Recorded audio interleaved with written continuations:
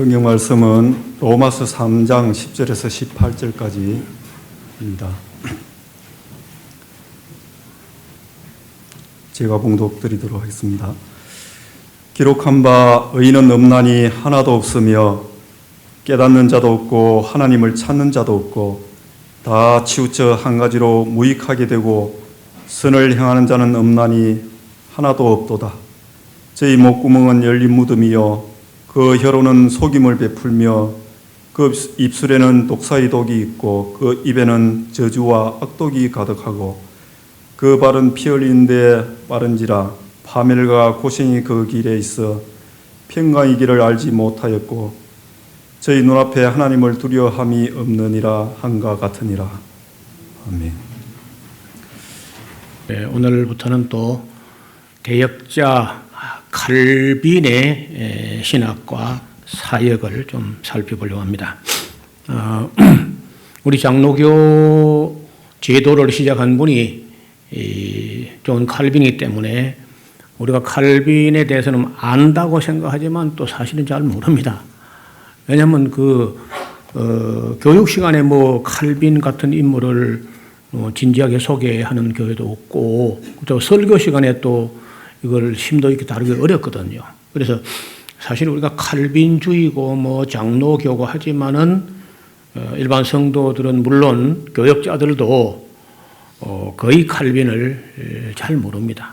칼빈이 탄생한 것은 1509년 7월 10일에 탄생을 했는데 16세기 들어서는 초입에 파리에서 한 북쪽으로 100km쯤 되는 노용이라는 곳에서 태어납니다. 그래서 사실은 프랑스 사람이죠. 프랑스 사람인데 그 프랑스는 그 영어로 N하는 그 N자를 우리처럼 니언으로 발음하는 게 아니고 이응으로 받침 이응으로 발음을 많이 합니다. 그러니까 칼빈 하는 거는 우리식이고 영어식이고 그 원래 프랑스 이름은 짱꼬뱅입니다. 짱꼬뱅. 짱 하는 거는 요한이에요. 요한. 요한을 부르는 이름이 많다 그랬죠. 원래 요한의 이름의 뿌리는 여호하난. 히브리어로 여호하난. 여호와는 은혜로우시다. 이런 이름이 헬라어로 넘어가면서 요하네스로 음력이 되다가 그리고 이제 그 부쿠라파 일대는 요한을 여러분 빨리 하면 요한 해봐요. 요한 하면 얀 되죠. 얀 하는데 이게 얀을 할 때 Y나 E를 앞에 놓지 않고 J로 놓으니까 이게 짱이 돼. 짱꼬뱅. 전에 영화 제목 중에 장가방 있었죠? 장가방이 존 칼빈이에요. 영어로 하면요. 그 다음에 이게 이 요한을 프랑스에서는 짱 이렇게 하고 또 스페인어로는 후안이면 후안 카를로스 이런 말이고 후안도 다 요한의 이름의 다른 음력이에요.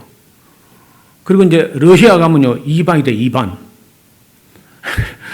우리는 2반, 3반 다 할 수 있어요. 요한, 짱, 얀, 다 하는데, 다른 나라들은 그게 안 되는가 봐요. 그래서, 존 칼빈 한데, 원래는 그 프랑스역은 장 꼬뱅이라는 이름이 프랑스식 이름입니다. 칼빈은 방금 로마서에 있는 이 3장에 있는 말씀대로 기록된 바 의인은 없다. 여러분 죄가 하나도 없고 완전히 의로워서 하나님 앞에 하나님 기준에서 완전히 의로운 사람은 찾을 수 없어요. 그래서 의인은 없다 하는 건데 비교적 의인은 있죠. 상대적이고 비교적인 의인은 많이 있으나 하나님 수준의 완전히 일치되는 그런 수준의 의인은 없다는 겁니다. 그래서 이걸 이제 칼빈 신학의 맨 뿌리가 되는 그 모체가 뭐냐 하면요. 전적 타락이라. 전적 부패. 토탈 커럽션이라고 하는데 완전히 인간은 부패해버렸다.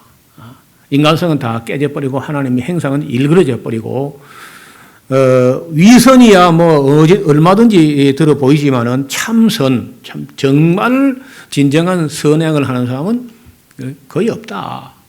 예수님께서도 어떤 부자 청년이 와서 선한 선생님이요 이렇게 하니까 이 사람은 자네가 나를 어찌하여 선하다 하느냐, 선한 이는 한 분밖에 없다네 이랬거든요.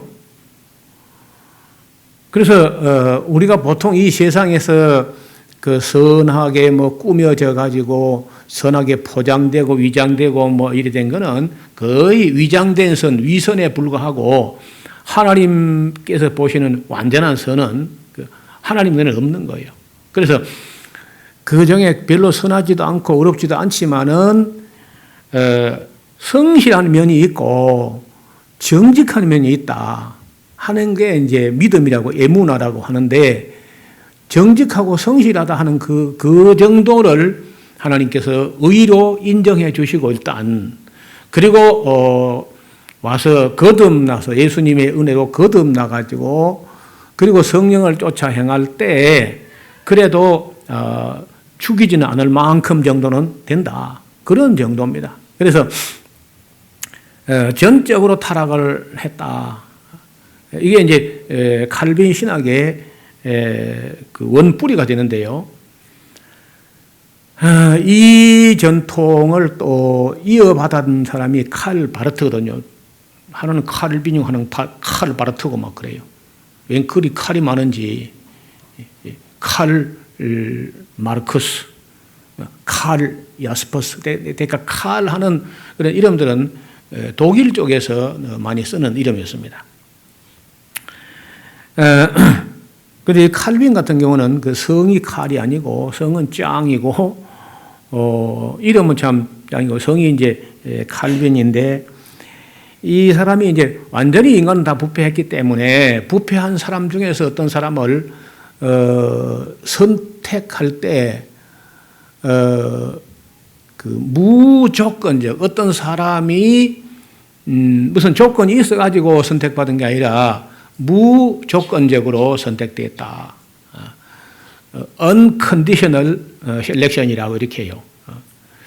그래서 그 total corruption 하는 말이 T가 되고 그 unconditional 게 U가 되면서 그래서 이제 그 5대 교리 이니셜 머리 글자를 따면 튤립이라고 이렇게 써지는 신학의 체계를 다음 시간에 이제 주보에 그 게재를 하겠습니다. 어쨌든 여기 지금 성경 전체를 볼 때 인간은 자기 힘으로 하나님을 찾을 수도 없고 알 수도 없고 따를 수도 없고 전혀 희망 없는 존재다. 그 인간이라는 것은 정말 희망 없는 존재다. 비교적 이 사람 저 사람 비교하면 누가 조금 더 선해 보이고 뭐 이런 건 있지만은 전혀 하나님 수준에 의해는 이르지 못한다는 것이 칼빈의 고백이고 칼 바르트 고백이고 또 성경이 그렇게 말하는 겁니다. 예수님도 그렇게 말하고 있고 예수님께서 하신 말씀 너희가 선한데 악한데 어떻게 선한 말을 할 수 있더냐. 예수님께서 왜 십자가에 못 박혔냐면요. 사람을 다 악하다 그랬어요. 예수님이. 한 번도 너 참 선하다, 너 참 착하다 이렇게 한 적이 없어요. 어쩌다가 뭐 베드로가 맞는 말을 혹 해도 그 네가 네 제조한 게 아니야. 하나님 아버지의 성령이 네게 알게 한 것뿐이다. 이런 정도로 인간은 타락했다는 거예요. 다 의인은 없나 하나도 없으며 깨닫는 자도 없고 하나님을 찾는 자도 없고 다 치우치 한 가지로 무익하게 되고 선을 한 자 없나니 하나도 없도다. 어제는 제가 며칠 전에 포항공대 박성진이라는 사람이 중소기업진흥 장관으로 기능청 장관으로 이렇게 지명이 됐는데 창조론을 신봉하는 사람이다. 창조론을 주장하는 사람이 돼가지고 온 인터넷 공간에서 아주 몰매를 맞다시피 하는 걸 보고 내가 마음에 안쓰럽기도 하고 나는 창조과학에 하고 동의하지 않지만은 그래도 내가 이걸 한마디 써야 되겠다 하고 조금 칼럼 정도를 넘어서 조금 길게 그 페이스북에다 글을 올렸더니 이거 뭐 지랄론자들이 벌 때까지 달라들어가지고 어제 아침부터 저녁 1시까지 시험을 하다가 내가 지금은 내일 주일이고 해서 내가 잠을 자야 된다 했더니요. 나 잠을 잔다는데 계속 댓글을 달아가지고 그 댓글 오늘도 좀 오후에도 몇 개 달고 올라왔어요. 저 페이스북에 들어가면 재밌습니다. 뭐 서울대 교수부터 시작해가지고 내노라는 다 진화론 박사들 이런 사람들이 와서 달라드는데 벌떼같이 그냥. 그러니까 뭐 전혀 안 졸리고요.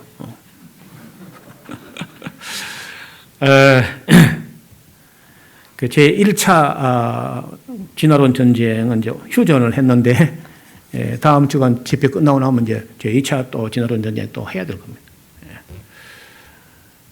근데 이론적으로도 그 내가 보기엔 시원치 않아. 진화론자들 이론이라는 게 전혀 그 씨도 안 드는 소리야. 나 혼자 뭐 1대 한 7 정도 그 하루 동안 싸우는데 나는 혹시 내가 질 수 아니겠나 했는데 뭐 질 필요가 없더라 보니까. 말이 안 되는 소리야. 다른 사람들은 막 전부 관심을 가지고 지켜보고 있다가 또 끼어들 사람도 있고 끼어들었다 한 대 얻어맞고 나가기도 하고 막. 그거 재밌습니다. 졸릴 때는요, 인터넷 공간에 싸움을 하면 절대 안 졸립니다. 그 싸움할 거 많이 나면 주제가 앞으로도 뭐, 제가 눈만 흐리지 않으면은 정말 우리 사회와 교회에 싸워서 이론상 정립돼야 될 주제가 많이 있습니다. 그 칼빈 때는 이제 종교 개혁의 중반전을 넘어서고 있다 이리 봐요. 그런 때 이제 칼빈 같은 정말 그 특출한 인물이 나왔다는 건 참 다시 한번 되새겨 볼 그런 역사의 한 단면입니다. 처음에는 그 개혁에 대해서 상당히 미온적이고 적극적으로 안 나섰어요. 인문학을 공부를 해가면서 뭐 가톨릭에 물론 잘못한 게 있지 하는 정도를 인식하고 있었지 그걸 뭐 끌어엎어야 되나 이런 전혀 그런 생각 안 했습니다. 루터도 마찬가지고 그러다가 이제 칼빈이 언제부터 이제 본격적으로 이 개혁에 뛰어들었느냐 하는 건 우리가 오늘 살펴볼 일입니다. 이 사람이 칼빈에 대한 평가는 지금까지도 긍정적인 평가와 부정적인 평가가 팽팽하게 어우러져 있습니다. 여전히 끝나지 않고요. 부정적인 그런 그 평가는 세베리투스를 화형을 시켰다. 사실은 이제 그 세베리투스를 뭐 칼빈이 가서 불살한 게 아니고 칼빈이 이것이 성경에 기초한 정확한 진리다 하고 주장하고 선포하고 교육을 하면은 그걸 받아들인 그 제네바 의회가 집행을 합니다. 의회에서. 그러니까 그 의회가 이렇게 그 사람을 죽이고 말고 하는 것이지 칼빈은 용납할 수 없는 잘못된 이론을 퇴치하는 그런 강의를 하고 이제 하는 것 뿐이지 칼빈 자신이 뭐 누구 사형 선고하고 이렇게 한 건 아니에요. 그리고 오해가 없어야 돼. 저는 칼빈이 뭐 그 칼빈 교육 때문에 세베리투스가 죽었다는 것 자체는 뭐 잘한 걸로 보지는 않아요. 그렇지만 그때는 가톨릭은 뭐 걸핏하면 사람 죽고 있잖아요. 가톨릭 그 썩은 교리에 반대한다고 막 죽였는데 칼빈이 그 하나님의 교회의 기초를 바로 세웠는데 그 기초부터 들이 흔들 때 그걸 죽일 수밖에 없었던 제네비아 상황에 대해서는 우리가 좀 더 공부를 해야 돼. 그 점은 제가 에스라하우스 홈페이지 안에다가 칼빈을 다시 생각한다는 파일이 있습니다. 그거 한번 여러분 잘 보시면 좋겠고요. 그래서 칼빈에 대해서는 제네바의 독재자라. 사실은 이제 프랑스에서 처음에 공부를 하다가 여러 단계를 거쳐서 제네바에 왔다가 제네바에서 처음에 한 2년 정도 개혁을 시도하다가 너무 절제하고 엄격한 행동 지침을 가지고 개혁을 추진하니까 다 힘들어하고 결국은 2년간 하다 쫓겨나요. 제네바에서. 개혁을 하다가 쫓겨난다고. 그 칼빈 없는 제네바가 그럼 뭐 편안했느냐. 더 난리 구슬 패고 싸우니까 안 되겠다. 다시 제네바에서 칼빈을 초빙해 와야 되고 다시 초빙해가지고 이제 돌아가실 때까지 제네바를 중심으로 일생을 보내게 됩니다. 그때 스위스라는 나라가 그리 크지 않기 때문에 뭐 나라가 교회고 교회가 나라다. 그래서 이른바 그 정교 일치, 정치와 종교가 일치가 돼 가지고 막 철저히 개혁을 한다 하니까 여기 이제 부작용이 날 수밖에 없어요. 사람이 선하면은 힘이 있을 때, 힘이 생겼을 때 그 힘 가지고 선을 행할 텐데 인간 근본 자체가 칼빈 말한 대로 악하다는 거 완전히 타락을 했기 때문에 힘이 생기면은 선을 행하지 않습니다. 대부분요. 조금만 악을 행해요. 이렇게 김정은이도 더 이제 어려웠으면 저런 장난 안 하죠. 근데 힘이 생기니까 악을 행해볼 마음이 생기는 거예요. 트럼프도 마찬가지입니다. 힘이 있거든요. 어디 한번 써먹을 데 없나? 어디 몸 좀 풀 데 없나? 이런 생각이 있는데 이건 게르만족도 마찬가지야. 프랑스도 마찬가지고 영국도 마찬가지고 일본도 마찬가지고 중국도 마찬가지예요. 사람은요. 힘이 생기면 꼭 일을 저지릅니다. 그래서 유럽에서 한때 게르만족은 힘이 생기면 안 된다. 그래서 동독, 서독을 쪼개놓은 겁니다. 힘이 생기면 안 되니까. 힘이 생기면 반드시 사고 치니까. 그럼 게르만족만 그러나요?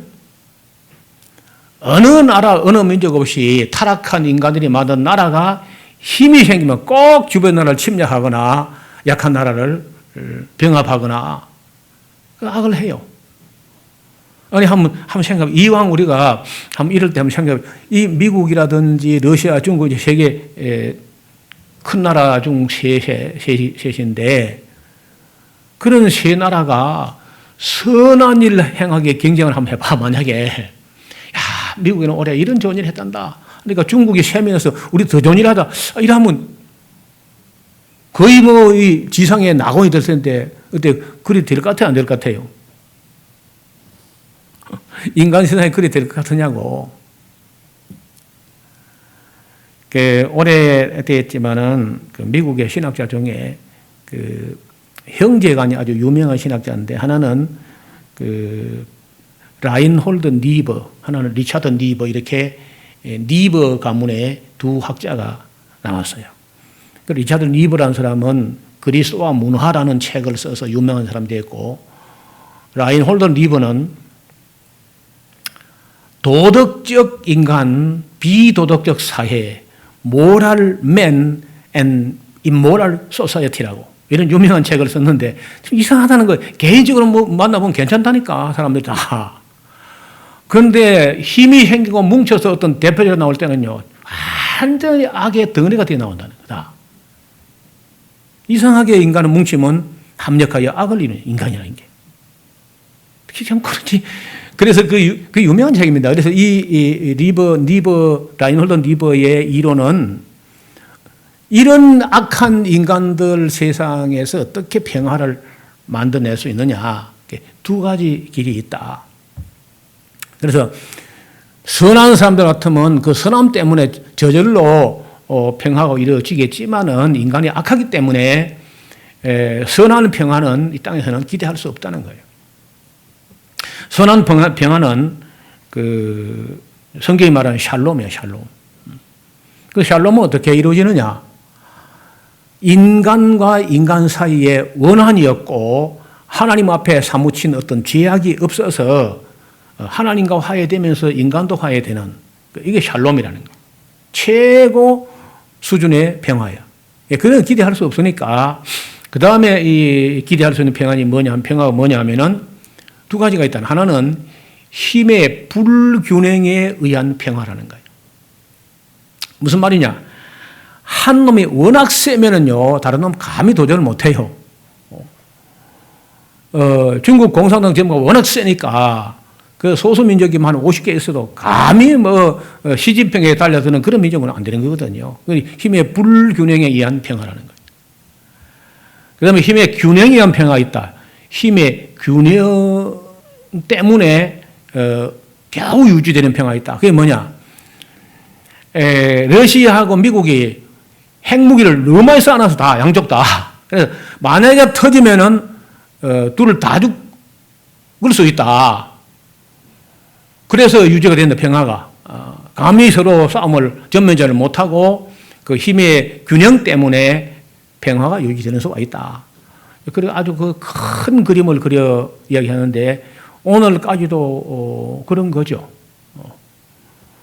비대칭이라고 하는 말이 무슨 말이냐면 힘의 불균형 말하는 거. 대칭이라는 것은 힘의 균형을 말하고 그 균형으로 말미암아서 이루어지는 평화, 불균형으로 말미암아 이루어지는 평화, 이런 얘기를 그건 5, 60년 전에 라인홀더 리버가 했는데 그 사람 말은 지금도 많이 적용이 됩니다. 인정도 되고요.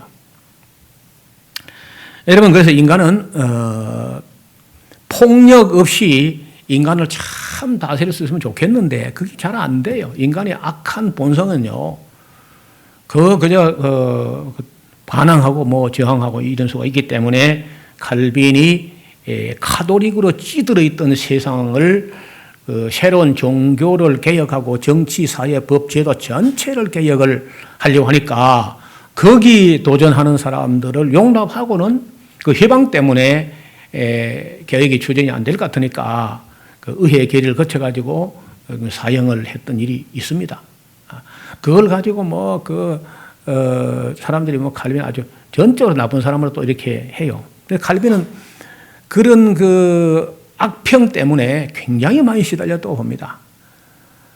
기껏해 그저 55세 살고 세상을 떠났는데 그 세상적인 표준으로 가정적으로 말하면 불행한 사람이에요. 아내도 일찍 죽었고 자식도 일찍 죽어버리고 그래서 수많은 대적 때문에 힘드는 생을 살았어요. 카톨릭이라는 그런 거대 공룡 같은 조직하고 싸워야 되고 세베리투스파하고도 싸워야 되고 알미니안파하고 또 싸워야 되고 그러니까 하루도 제가 볼 때 평안한 날은 없었다고 봅니다. 그래서 원래 이 칼빈이 이런 개혁에 안 뛰어들려고 했어요. 자기는 공부를 하고 싶다. 공부를 하고 싶다고 이제 고집을 피웠습니다. 파렐이라는 사람이 연세가 많은 분인데 굉장히 강직하고 정직한 그런 어른으로 존경받던 이분이 이제 끌어들임으로 해서 개혁의 발을 담그게 되는데 그 이전에는요 스트라스부르크로 가가지고 나는 공부한다 계속 공부. 그때 그 전쟁이 나는 바람에 그 스트라스부르크로 가는 길이 막혀서 돌아가는 길에 제네바를 들렸다 가면서 거기서 그 파레를 만나가지고 그 스트라스부르크 가지고 못하고 결국 개혁을 시작했다가 쫓겨나고 이제 이렇게 하는데 사람이 살아가는 동안에 그런 그 위대한 학자나 인물이 어떤 사람을 만났느냐에 따라서 그 향방이 달라질 수 있는 거죠.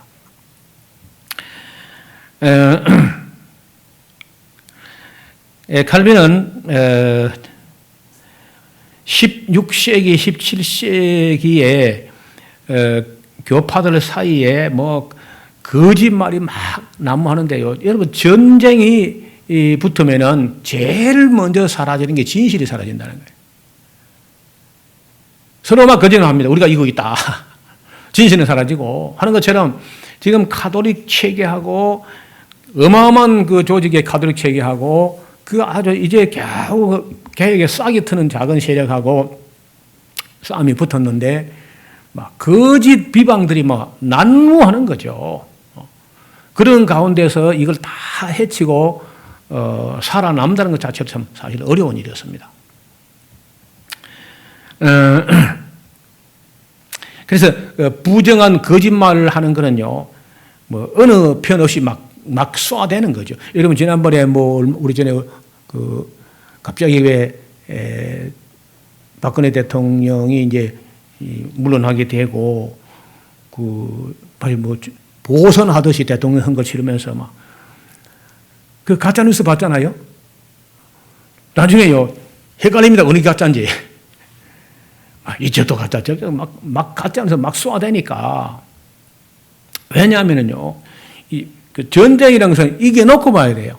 만약 져버리면 전쟁 비용까지 다 물어내니까. 지금 망하고 전쟁 비용까지 물어내 이런 세상이기 때문에 전쟁이 안 터지게 하면 안 터져야 되고, 만약 터졌다 그러면 거짓말 이런 거는 뭐 상관이 없어. 그건 죄가 아니야 그때는요. 막 거짓말 해대면서 진실이 왜곡되고 하는데, 그래도 전쟁이 터졌을 때는요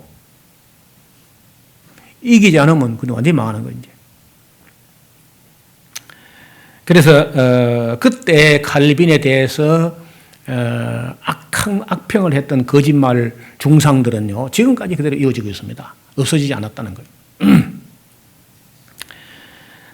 그래서 우리는 지금 칼빈을 보고 역사를 볼 때 어느 쪽으로 치우치지 않고 정말 공정한, 쉽지 않지만은 그런 입장에서 살펴봐야 합니다.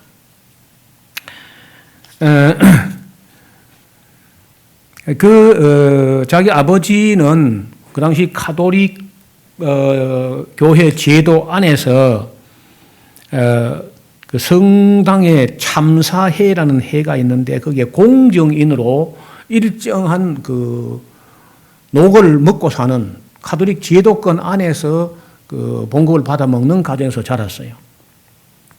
그리고 이제 14살 때까지는 고향에서 공부를 했습니다. 노용에서 공부를 하다가 파리 쪽으로 옮겨가서 그 마르슈 대학이라는 대학으로 처음에 대학을 갑니다. 근데 대학이요, 우리 처음 지금 뭐 19살, 20살 돼가 가는 게 아니라 거의 뭐 16살? 그럴 때부터 대학을 가요. 굉장히 빨리 대학을 갔습니다, 당시에. 그러다가 1524년에 다시 기숙사가 있는 대학교, 몽테큐 대학이라는 곳으로 또 옮겨가게 되고, 세 번째 대학이 오를레앙 대학이라고 아주 유명한 대학으로 또 가서 공부를 하고, 그 다음에 브루즈 대학이라는 곳에서 공부를 하는데, 그때까지 전부 다 이 법학입니다. 법을 전공한 사람이 칼빈이. 그래서 이 법학을 전공했는데, 그것도 대학을 4개, 5개나 거치면서 법을 연구하다가 나중에 신학으로 바꾸게 되는데, 그래서 이분이 이제 이 장로교 법이라는 제도를 그 신학 교리만 따듬는 게 아니고 장로교 제도까지 딱 만들어 가지고 교회를 세우는 그런 실력이 있는 거죠. 오를량 대학은 꽤 명성 있는 대학인데 아주 학구적이고 끈기가 있는 학생들이 거기 모여서 공부하는 학교입니다. 그리고 다음에 이제 4번째 대학이 브루즈 대학이라는 곳에 가서 법률을 다시 계속 공부를 합니다. 뭐 아마도 아버지라든지 이런 사람들 주변에서는 다 위대한 판사가 될 거라 아마 이렇게 기대했겠죠.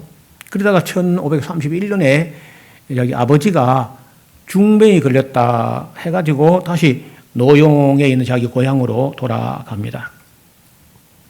그리고 아버지 돌아가시고 나서 그럼 다시 파리로 가가지고 거기서 또 새로운 대학에 들어가서 5번째 대학에서 공부를 하다가 그 다음에 이제 6번째 다시 오를레앙 대학으로 다시 돌아와서 법학사 학위를 취득하고 법학 공부를 끝마치고요. 그래 대학을 6번이나 바꿔가면서 법학부를 마쳐가지고 그 다음에 이제 그 종교개혁자로 나서게 된 회심하는 장면이 나오는데, 그것이 유명한 말입니다. 자기가 전격적으로 회심을 하게 됐다. 아주 갑작스러운 회심. 이 말을 프랑스 말로 슈비타 콘베르시오라고, 굉장히 어려운 말인데 슈비타 콘베르시오, 아주 갑작스러운 회심, 콘베르시오가 있었다. 아주 전격적인 그런 회심을 경험하게 되는데, 아직 아무도 그 회심의 그 원인이라든지 그 동기를 그 동기에 대해 어떻게 칼빈이 그런 그 고집이 센 사람이고 강직한 사람이 그렇게 급격하게 회심을 했느냐. 또 그래 성격이 강직하니까 또 급격하게 그래 회심했겠지 뭐 이런 평가들이 있는데요. 아마도 이 사람이 그 당시 그 몽테퀴 대학의 그 총장인가 하는 분의 연설문, 설교문 원고를 썼다 안 썼다 지금 그런 그 논란이 있는데 그 연설문 그 원고를 칼빈이 썼는데 그 연설문을 가지고 설교하는 걸 듣고 결심한 것이 아니냐, 회심이 일어난 게 아니냐고 그런 이제 추측들을 해요. 그 때가 그 비슷한 때에 이제 자기가 가톨릭에 몸담아 있던 모든 직분을 다 포기하는 선언을 하거든요. 속 포기하면서 전격적으로 이제 종교개혁 정신으로 살살 자기 내면을 채워가는 과정을 거치게 됩니다. 그런데 놀랍게도 그 나이가 아직 어렸는데, 그러니까 이 사람이 이제 종교개혁을 단행하려고 마음먹었을 때가 25, 26이야. 요즘 같으면 25, 26, 이제 뭐 군대 갔다 오거나 뭐 그런 정도니까요. 그런 사람이 어떻게 카톨릭이라는 그 거대 공룡 조직을 맞서가지고 종교개혁을 꿈꾸었는지 하는 것도 참 이게 상상하기 어려운 일이고, 또 제네바 의회가 이런 사람에게 들어가지고 물론 뭐 그 첫 번째 제네바 2년 사역 후에 너무 철저하고 너무 뭐 완벽하게 그런 그 생활을 강요하는 거기에 반발해가지고 쫓겨나요. 2년 있다가. 그것도 보면 좀 놀랐습니다. 그래서 그 칼빈이 이제 개혁할 때 이제 얘기를 들어보면은 자기에게 사람들이 뭘 배우겠다고 하고 올 때 처음에 이상했다는 거예요. 내가 무엇을 아는 게 또 나한테 사람들 배우러 온다는 말인가 했는데 칼빈의 강의를 들은 사람은 또 듣고 싶어하고 더 알고 싶어하고 뭐 배우고 싶어하고 이러니까 거기에 대해서 굉장히 놀라게 됩니다. 자기는 자기가 아니까 당연한 걸로 아는데 사람들이 아무것도 모르고 있는 걸 본 거예요. 가톨릭 신자라고 하면서 정말 아무것도 모르고 있구나 하는 걸 이제 알게 된 겁니다. 그래서 그는 법률가에서 교육가로 개혁자로 이렇게 이제 변신의 변신을 그 해가는 과정을 소개를 합니다. 여러분 이 갑작스러운 회심이라고 하지만은 그 아마도 그 처음에는 루터의 문서라든지 그 종교학자 말틴 부처의 문건이라든지 인문학 서적이라든지 이런 걸 공부하면서 그 당시 인문주의자들의 그 글들이 에라스무스의 우신 예찬이라든지 가톨릭의 잘못된 점을 서서히 그저 비꼬아가면서 풍자한 그런 걸 읽으면서 가톨릭 잘못에 대한 눈을 뜨게 되는데, 여러분 개혁이란 게 왜 어려우냐? 첫째, 옛 것을 헐어야 되는데 그게 어렵습니다. 사람마다요 잘못된 것을 어렴풋이 인식을 해도 바꾸는 거 부담스러워합니다. 대부분 또 가진 자는 더 하고요. 그래서 그 독일 속담에 그런 말이 있어요. 익숙한 오류를 새로운 진실보다 더 좋아한다. 더 인기가 있다. 이런 말이 있어요. 익숙한 걸 오류라도. 여러분 지금 그 요새 우리 주소 쓰는 거 그 바뀐 거 아시죠? 전에 땅 번지를 가지고 주소를 쓰다가 그런 무슨 대로 무슨 로 무슨 길 이렇게 만들었죠. 우리 정부가. 그래서 대로는 이제 4차선 도로가 대로 4차선 이상이고 거기는 그냥 로고 그다음 길로 이래 되는데 그 자세히 보면요 굉장히 합리적입니다. 찾기 쉽게 해놨어요. 그리고 그 남바 하나가 지나갈 때 700m 안에 다 찾을 수 있도록 이렇게 다 해놨어요. 그리고 그 우체국에서도 새로운 주소 쓰기 운동 캠페인을 벌이면서 불편하지만은 익숙한 걸 쓰시겠습니까? 편리하고 새로운 걸 쓰겠습니까? 이렇게 묻는 항목이 나와요. 근데 사람들이, 저도 그렇고, 잘 안 외워져요, 새로운 주소가요, 이게. 근데 그냥, 번지를 하는 게 우리는 쓰기 쉬운데, 우리는 쓰기 쉬운데, 찬사하면 힘든 거예요, 사실은요. 그래서 그런 것처럼 우리가, 진실이 때로는 불편할 수가 있습니다. 진실이 불편할 수 있어요. 그래도, 고칠 거는 고쳐야 된다 하는 것이 개혁자들의 입장이죠. 사람들은 아니 그 옛날 주소 쓰고도 잘만 살아왔어 그냥 귀찮아 그냥 시끄러워 그냥 이렇게 이제 안 고치려는 사람이 많죠. 근데 적어도 우리 그리스도인들은요 조금 진보적으로 고치는데 나서야 됩니다. 자꾸 보수 뒷걸음치면 안 되고.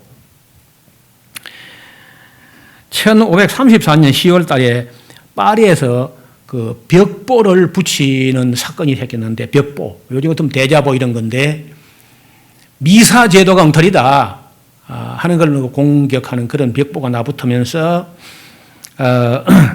사람들은, 이 개혁의 눈을 뜨게 됩니다.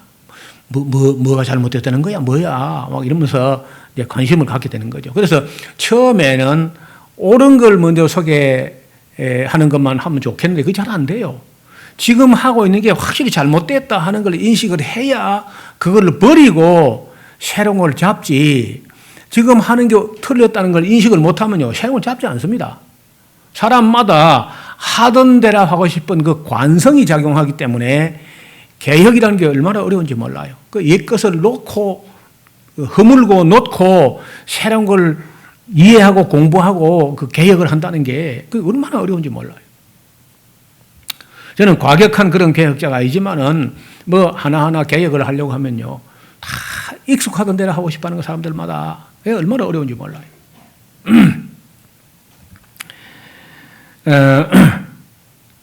그래서 칼빈은 공개적으로 이제 복음적인 그런 진리를 고백하고 정력적으로 전도를 하는데, 그래 하다 보니까 결국 이제 파리에서는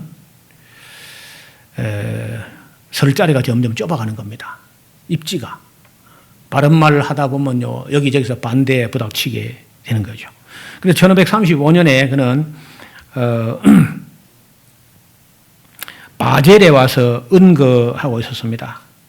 그때 이제 그쯤이 이제 전격적인 회심의 날이었는데, 파리 대학교의 총장 니콜라 코옵이라는 그 총장의 연설문인지 설교문 원고를 아마 칼빈이 썼든지 손질했든지 아마 했던 것 같은데, 그쯤이 그 총장의 설교를 들었거나 그 총장의 설교 원고를 쓰다가 대피를 하거나 하는 게 동기가 돼가지고 전격적으로 회심을 했다 이렇게 추측들을 합니다.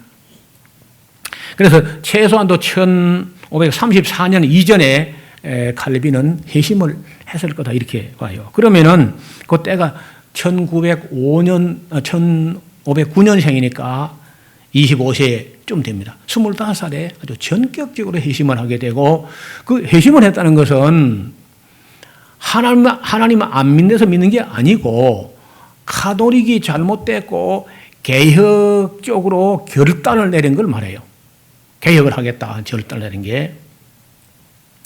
이제 바젤에서 칼빈은 자기 이름을 칼비누스라고 하던 철자를 바꿔가지고 루치아누스라고 이름을 필명 글을 쓸 때 칼비누스라고 쓰지 않고 루치아누스라는 필명으로 글을 쓰기 시작하고요. 거기서 이제 뭘 만드냐면요 제네바 교리 문답을 만듭니다.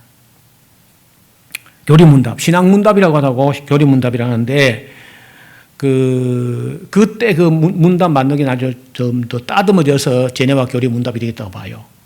그 제네바 교리 문답 내용은 에스라스 홈페이지에 전문을 제가 다 카피해 올려놨습니다. 무엇을 어떤 항목을 중요시해서 질문하고 대답했는지 이제 공부를 해보면은 그 칼빈의 그 신앙 내용을 어느 정도 엿볼 수가 있습니다. 신앙 문답집을 1536년 3월에 만들어서 출판을 했고, 그리고 이제 그 유명한 그 기독교 강요, 이 기독교 강요라는 책이 얼마나 두꺼우냐면요, 신구약 성경 플러스 신약만큼 됩니다. 그런데 이걸 26살, 27살에 썼어요.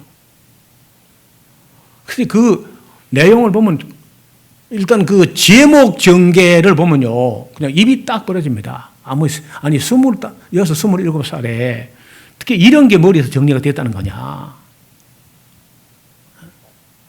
연조가 있는 것도 아니잖아요. 그래서 아예 그 기독교 강요를 1, 2, 3, 4권 플러스 그 목록편 이렇게 해가지고 제목만 따로 책이 한 거예요. 그러면은 자기 생각을 맨 처음에 신인식론부터 시작해요. 이야기를 그 강요가 인간이 어떻게 하나님을 인식할 수 있느냐, 신인식론부터 시작해서 쭉 뭐에 대하여, 정치에 대하여, 결혼에 대하여, 그리스도인이 살아가면서 그 봉착하는 모든 주제 전부 다 다뤄서 책으로 묶어서 기독교 강요라는 책으로 만들어졌습니다. 여러분, 이번 가을에 읽든지 안 읽든 간에 기독교 강요 한 질은 한 사놔요, 집에다가. 그리고 집에 그 책장에 오지 말고 그냥 책상머리에 놓고 수시로 심심할 때마다 읽어봐요. 어떤 책을 읽는 것보다 유익한 책이 기독교 강요예요. 그건 대단한 책입니다. 불후의 명제가 된 거예요. 물론 그 뒤에 그 수정 정보가 몇 차례 이루어지기는 했겠지만은 기본은 26, 27때 그렇게 대작이 나온 겁니다. 그래서 이 기독교 강요라는 책 때문에 칼빈은 그 학문과 신앙과 인품이 거기 다 묻어날 정도로 그 위대한 책입니다. 그리고 이제 마르틴 루터의 저서들, 필립 멜랑톤의 저서, 그리고 마르틴 부처의 저서 이런 걸 다 또 연구를 해요. 자기 연구하는 거 외에 루터 연구를 합니다. 그리고 스콜라 철학자들의 저서를 또 많이 읽었다 그래요. 그리고 읽은 걸로 그냥 끝나는 게 반드시 또 그걸 연구한 걸 읽고 연구를 또 정리합니다. 칼빈이. 1536년 4월에 그 유명한 기독교 강요가 27세 되는 해에 출판이 됐습니다. 스트라스부르에 가려고 했는데 아까 말씀드린 그 프랑스와 1세와 그 칼 황제 사이에 전쟁이 벌어진 바람에 길이 막혀가지고 가지 못하고 둘러서 그래서 그 리옹과 제네바를 거쳐서 여행을 할 수밖에 없었는데 이게 이제 제네바에서 사람을 만났는데 그 사람이 그 유명한 기욤 파렐이라는 어른을 만난 겁니다. 파렐은 우리가 보통 잘 안 알려졌는데 칼빈을 칼빈 되게 한 인물이에요. 그래서 이 제네바에 갔을 때 이 파렐이라는 명성은 들어 알려져 있던 사람이라 그럽니다. 칼빈이 이렇게 말합니다. 그때 내가 이제 조용히 은거하고자 했던 스트라스부르로 가는 지름길이 전쟁으로 인해 폐쇄되었기 때문에 나는 이 제네바에서 하룻밤 이상은 머물지 않고 조용히 지나가려고 했다 그래요. 근데 이 일이 있기 바로 얼마 전에 내가 정직한 사람이라고 이전부터 인식하고 있던 파렐과 피에르 비레라고 하는 사람이 노력으로 제네바에서 교황 추종자들을 다 축출해 쫓아내는 그런 일이 있었다는 겁니다. 그 제네바가 그 당시에는 큰 도시가 인구 10,000명 정도. 그리고 인구 10,000명이면 한 읍 정도 되나요? 읍도 큰 읍도 아니죠. 그런 데가 당시에는 그리 작은 곳인데, 그러니까 지금 개혁 운동이 일어나니까 온 사회가 막 어수선하고 서로 막 불안하고 이제 그런 상황입니다. 주민들 사이에서도 막 분쟁과 위험스러운 분열의 위기가 있어가지고 그 어떤 쪽으로든지 가닥이 잡혀서 사회가 안정되기를 바라는데, 그런데 그 안정이라는 게 원한다고 되는 게 아니야. 여러분 지금 뭐 우리나라 새로운 정부 들어서가지고 뭐 들어서자마자 뭐 북한은 북한대로, 중국은 중국대로, 미국은 미국대로 뭐 이 난리 구슬 피우는데 무슨 신도 아닌데 문재인이 뭘 갑자기 뭘 한다는 거예요, 그 사이에. 어렵습니다. 상대가 있기 때문에 내가 좋은 의지를 가졌다고 되는 게 아니야. 그리고 지금 그 당시도 개혁이 당연한 일이지만은 언제나 그 어마어마한 그 수구, 보수, 카톨릭 세력이 어마어마하게 버티고 있는데 그건 뭐 어렵죠. 그렇다고 개혁자가 포기하느냐, 또 포기 못 해요. 그러니까 그 사회에서 그 주민들은 갈등과 혼란의 과정을 피할 수가 없습니다. 굉장히 갈등을 겪는 거죠. 그래서 누군가가 파레릭에 가가지고 당신이 찾으려고 했던 인물이 지금 비네바에 자고 있다. 그건 누구냐? 짱 꼬뱅이다. 그래서 이제 파렐이 그 칼빈을 만나요. 하여튼 뭐 파렐이 온갖 말로 칼빈을 지네바에 묶어 가지고 여기서부터 개혁 운동을 시작하죠. 왜냐하면요, 개혁이나 무슨 일을 하려면 이론이 있어야 돼. 아주 정당하고 합당하고 밀어붙일 만한 근거가 되는 어떤 테오리가, 이론이 있어야 뭐 일을 하지. 캠페인만 가지고 벙벙 이래가면 안 되는 거야. 아주 이론 진리 자체가 아주 확실해야 사람들이 그 진리를 중심을 잡고 개혁이 되는 거죠. 그러니까 파렐은 추진력이나 이런 열정은 대단한데 그런 이론이 약하다는 거야. 그래서 이제 칼빈을 붙잡아야 지금의 개혁은 성공한다고 파렐이 인식을 했는지, 파렐은 뭐 그냥 목숨을 걸고 그 칼빈을 붙잡으려고 하죠. 칼빈은 제발 난 좀 조용히 스트라스부르를 가가지고 공부하고 싶으니까 날려 말리지 말라. 왜 꼭 나를 끌어들려 하느냐. 이렇게 그 개혁적인 마음으로 회심을 했지만은 그래도 칼빈이 그 섣부르게 거기 개혁에 뛰어들려고는 하지 않았습니다. 하다가 안 되니까 그 파렐이 칼빈을 보고 이렇게 말합니다. 이렇게 큰 도움이 절실히 필요한 때에 자네가 나를 돕기를 거절한다면 하나님께서 너의 연구와 너의 학문에 저주를 내릴지어다 그래요. 하다 안 되니까. 그 말도 이제 유명한 말이거든요. 그 사실은. 그래서 칼빈이 그 저주에 막 한 방 먹고 그냥 그 앞에 거꾸로 집니다.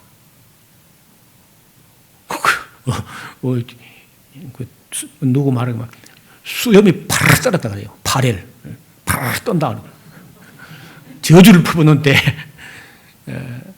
네 미래와 네 학문에 하나님이 저주를 내릴지어다 이렇게 하니까.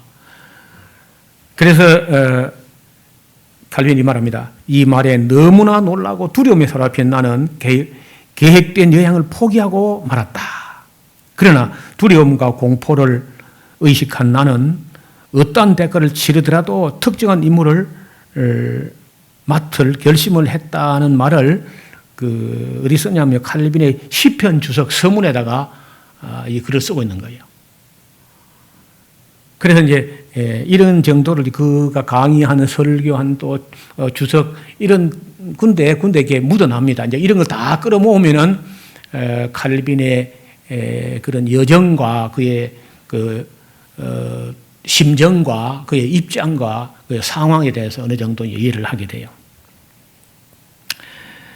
그래서 그것을 이제 한 2년간 머무르면서 교회를 개혁하려면은 어떻게 했나 이거 쭉 칼빈이 평소 갖고 있는 전부 정리해가지고 그걸 그대로 그 시에서 제네바 시민 전체에다가 완벽하게 10,000명쯤 되니까 요즘 같으면 큰 교회 하나라고 못 봐도 되죠.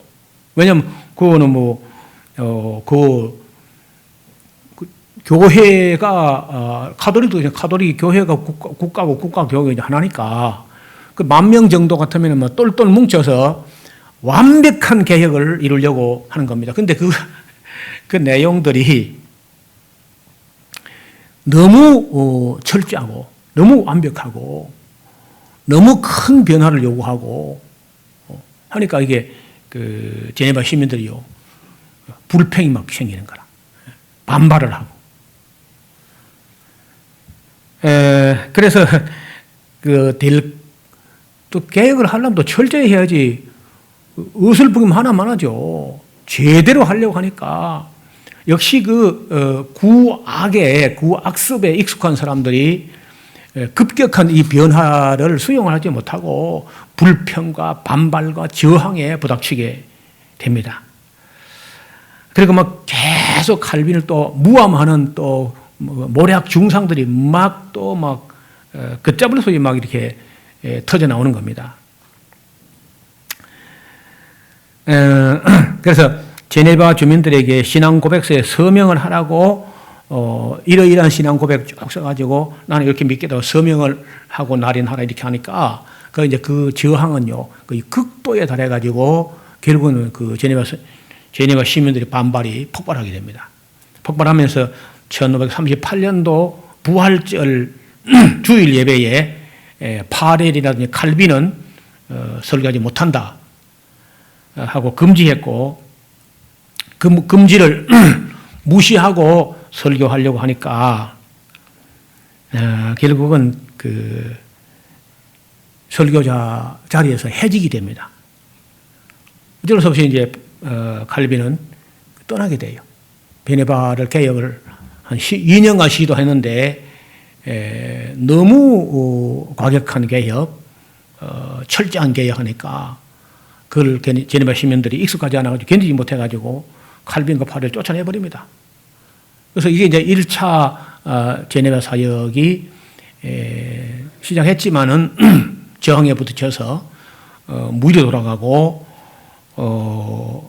바젤로 돌아가게 되는데 그 다음에 그 뒤에 어떻게 다시 이 칼빈을 제네바로 초청해가지고 새로 제대로 개혁이 됐는지 하는 것은 또 상당한 시간을 이야기해야 되기 때문에 오늘은 1차 제네바 사역 실패로가 쫓겨난 데까지만 말씀드리고 이 다음 시간에 2차 제네바 사역이 어떻게 그런 데를 성공을 했는지를 살펴보도록 하겠습니다. 하나님 아버지, 루터나 칼빈이 개혁하는 길이 옳은 일이지만은 구습에 젖어 살던 사람을 철저하게 개혁한다는 게 얼마나 어려웠는지를 살펴보았습니다. 하나님의 사람이 잘 한다고 했지만은 어차피 반대하는 사람을 숙청하는 일까지도 있었기 때문에 오늘까지 여러 가지 평이 있지만은 하나님께서 칼빈을 들어서 그 시대에 오염되어도 너무 많이 오염되었던 가톨릭을 개혁하려고 했던 루터나 칼빈의 행적에 대해서는 우리가 크게 배울 바가 있는 줄 압니다. 잘 배워서 우리도 개혁자들의 정신을 그대로 개성해 나가는 우리 샤론교회가 되게 하여 주옵소서. 예수님의 이름으로 기도하옵나이다. 아멘.